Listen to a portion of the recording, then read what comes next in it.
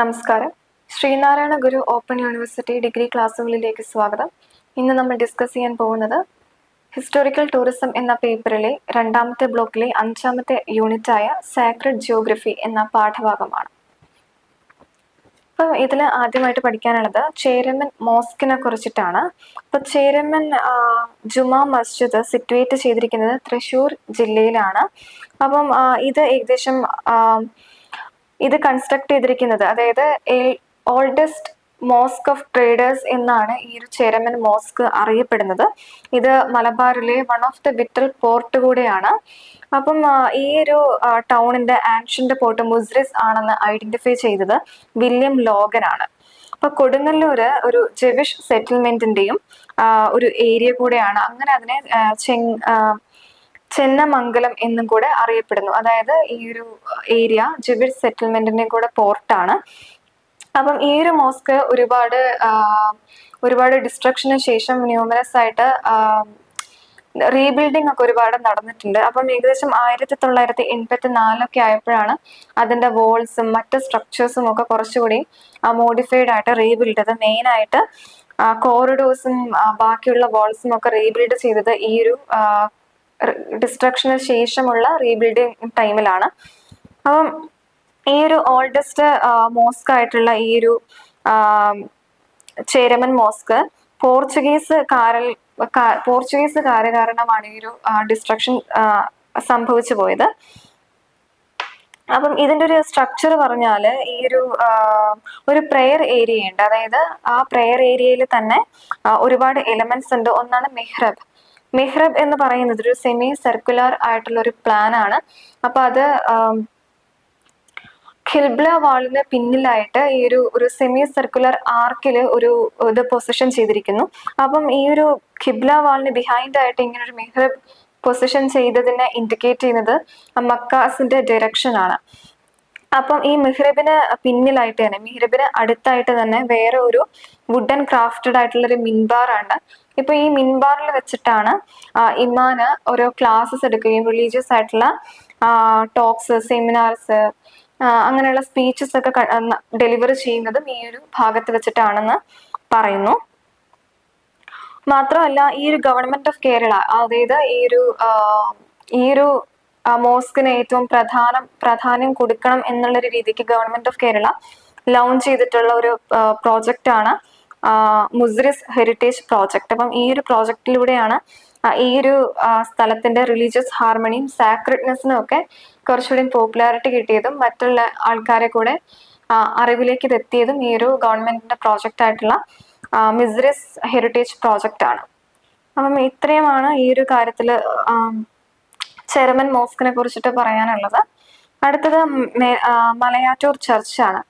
അപ്പോൾ ഈ മലയാറ്റൂർ ചർച്ച് എന്ന് പറയുന്നത് സെന്റ് തോമസ് ചർച്ചാണ്. അപ്പം ഇത് മലയാറ്റൂരിലാണ് സിറ്റുവേറ്റ് ചെയ്തിരിക്കുന്നത്. കേരളത്തിലെ ഒരു റിലീജിയസ് പിൽഗ്രിം ആയിട്ട് കൂടെ ഈ ഒരു ചർച്ച് അറിയപ്പെടുന്നു, സെന്റ് തോമസ് ചർച്ച്. അപ്പം ഈ ഒരു ട്രഡീഷൻ, അതായത് സെന്റ് തോമസ് ട്രഡീഷൻ പ്രകാരം ഇത് പറയപ്പെടുന്നത് ജീസസ് ക്രൈസ്റ്റിൽ ഒരാളായിരുന്നു ഈ ഒരു സെന്റ് തോമസ്. അപ്പം അദ്ദേഹത്തിന്റെ യാത്രക്കിടയിൽ ഈ ഒരു പ്ലേസ് വിസിറ്റ് ചെയ്തതിന്റെ പ്രകാരമാണ്, മലയാറ്റൂർ വിസിറ്റ് ചെയ്തതിന്റെ പ്രകാരമാണ് ഈ ഒരു സെന്റ് തോമസ് ചർച്ച് എന്ന് പറയുന്ന ഈ ഒരു സെന്റ് തോമസ് ചർച്ച് മലയാറ്റൂരില് പ്ലേസ് ചെയ്യപ്പെട്ടത് എന്നാണ് പറയുന്നത്. അപ്പം അദ്ദേഹത്തിന്റെ ഈ ഒരു ഡേറ്റിനെ പൊന്നിൻ കുരിശ് മുത്തപ്പനായിട്ടാണ് പറയുന്നത്. ഇതൊരു ഗോൾഡിലാണ് കവർ ചെയ്യപ്പെട്ടിട്ടുള്ളത്. അപ്പം ആ ഒരു ചർച്ചില് നടുക്കായിട്ട് 2 ലൈൻസ് കാണാം. അപ്പോൾ ഇത് ഈ ഒരു സെന്റ് തോമസ് അദ്ദേഹത്തിന്റെ കൈവിരൽ കൊണ്ട് വരയ്ക്കപ്പെട്ട ലൈനുകളാണെന്നാണ് പറയുന്നത്. അപ്പം ഈ ഒരു ചർച്ചിന്റെ കൺസ്ട്രക്ഷൻ ഗ്രീക്കോ റോമൻ ആർക്കിടെക്ചറൽ സ്റ്റൈൽസിലാണ് ഈ ഒരു ചർച്ചിന്റെ കൺസ്ട്രക്ഷൻ വന്നിട്ടുള്ളത്. അതേപോലെ തന്നെ ഇതിന്റെ ആൾത്താറ് ട്രഡീഷണൽ ഗ്രീക്ക് സ്റ്റൈലിലും ഫ്രണ്ട് പോർഷൻ ഒരു റോമൻ കത്തോലിക് ചർച്ചിന്റെ സ്റ്റൈലിലുമാണ് കൺസ്ട്രക്ട് ചെയ്തിട്ടുള്ളത്.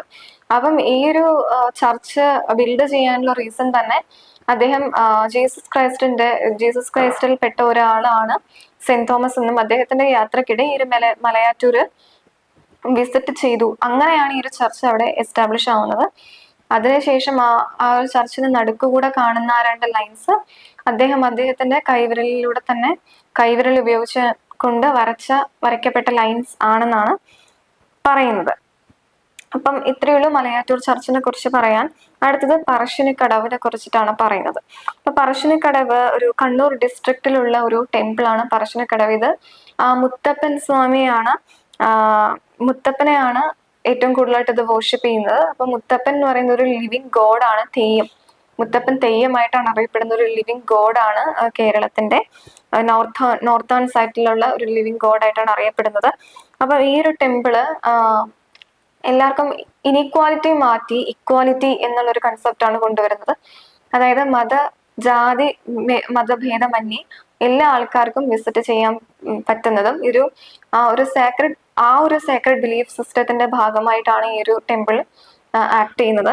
മാത്രവുമല്ല ഏത് കാസ്റ്റിലും റിലീജിയസിലും ഉള്ള ആൾക്കാരാണെങ്കിൽ പോലും ഈ ഒരു ടെമ്പിൾ വിസിറ്റ് ചെയ്യുന്നതിന് അനുമതിയുണ്ട്. അപ്പം ഈ ടെമ്പിളിനെ നമ്മൾ അത്ഭുതപ്പെടുത്തുന്ന ഒരു കാര്യം എന്ന് പറഞ്ഞാൽ ദൈവത്തിന്റെ ഒരു സാക്രഡ് വെഹിക്കിൾ ആയിട്ടാണ് ഡോഗ്സ് ദൈവങ്ങളുടെ ഒരു സാക്രഡ് വെഹിക്കിൾ ആയിട്ടാണ് കണക്കാക്കപ്പെടുന്നത്. മാത്രമല്ല ഇവിടെ അയ്യപ്പന് ഇവിടെ നമ്മുടെ ഈ ഒരു ടെമ്പിളില് ഇവിടെ ദൈവത്തിന് ഫിഷും മറ്റു മത്സ്യമാംസാദികളെയൊക്കെ കൂടെ കൊടുക്കുന്നതായിട്ട് നമുക്ക് അറിയപ്പെടുന്നുണ്ട്. ഈ ഒരു തെയ്യം റെപ്രസെന്റ് ചെയ്യുന്ന ഡിവൈനിറ്റിയാണ്. ഡിവൈനിറ്റി എന്ന് പറയുമ്പോൾ എല്ലാം ഇക്വാലിറ്റിയെ കൂടിയാണ്. അപ്പോൾ ഈ ഒരു ഡിവൈനിറ്റി അല്ലെങ്കിൽ ഈ ഒരു ഫോം ഓഫ് സേക്രഡ് ബിലീഫ് എല്ലാ ആൾക്കാരെയും ഫോളോ ചെയ്യണം, എല്ലാ ആൾക്കാരും വർഷിപ്പ് ചെയ്യണം അല്ലെങ്കിൽ ഫോളോ ചെയ്യണം എന്നുള്ള കാര്യം കൂടെയാണ് പറയുന്നത്. അപ്പം ഈ ഒരു തീം ഈ ഒരു ടെമ്പിൾ ഇതിന്റെ പ്രിമൈസ് വരുന്നത് എല്ലാ ലിവിങ് ആൾക്കാർക്കും ഉള്ള ഇക്വാലിറ്റിയുടെ ബേസിലാണ്. അപ്പം ഈ ഒരു ടെമ്പിൾ മെയിൻ ആയിട്ട് പറയുന്നത്. അപ്പം മുത്തപ്പനെ കൺസിഡർ ചെയ്യുന്നൊരു religious, cultural and social pioneer ആയിട്ട് കൂടിയാണ് ഇവിടെ മുത്തപ്പനെ കൺസിഡർ ചെയ്യുന്നത്. കാരണം വേറെ അമ്പലങ്ങളിലൊന്നും ഡോഗുകളെ ഒരു ദൈവത്തിന്റെ വാഹനമായിട്ടോ അല്ലെങ്കിൽ മാംസ്യമൊക്കെ കൊടുക്കുന്ന ഒരു രീതിയോ നമ്മൾ കണ്ടിട്ടില്ല. അപ്പം അതൊക്കെയാണ് ഈ ഒരു ടെമ്പിളിനെ മറ്റു ടെമ്പിളുകളിൽ നിന്നുമൊക്കെ വ്യത്യസ്തമാക്കുന്നത് എന്നുകൂടെയാണ് പറയുന്നത്. അപ്പം ഈ ചാപ്റ്റർ ഒരു ചെറിയൊരു ചാപ്റ്റർ ആയിരുന്നു.